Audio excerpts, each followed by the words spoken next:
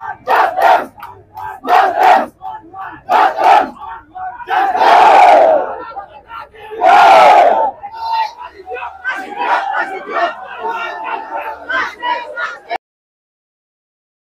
জিলা নিখিল বড়ো হাতৰ ফালৰ পৰা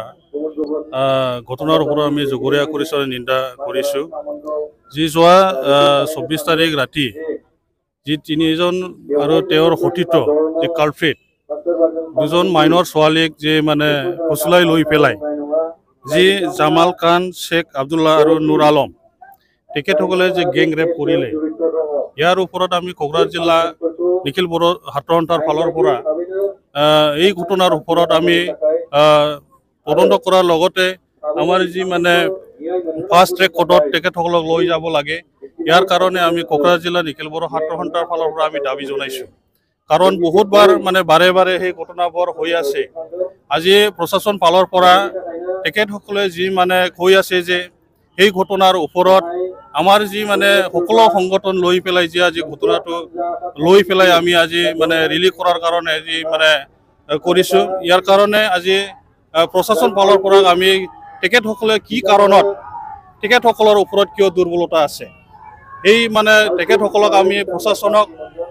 জোৰা কৰিছোঁ যাতে এই ঘটনাক লৈ পেলাই কোনো দুৰ্বলতা নহয় আৰু এই ঘটনাক লৈ পেলাই যাতে তেখেতসকলৰ যি আইনী ব্যৱস্থা সেই আইনী ব্যৱস্থাটো তেখেতসকলৰ ওপৰত ভালকৈ ল'ব লাগে বুলি আমি দাবী জনাইছোঁ। আজি মানে এই তুৰ্চিবিল অঞ্চলত হৈছে যি কণমানি ছোৱালী দুজন মাইনৰ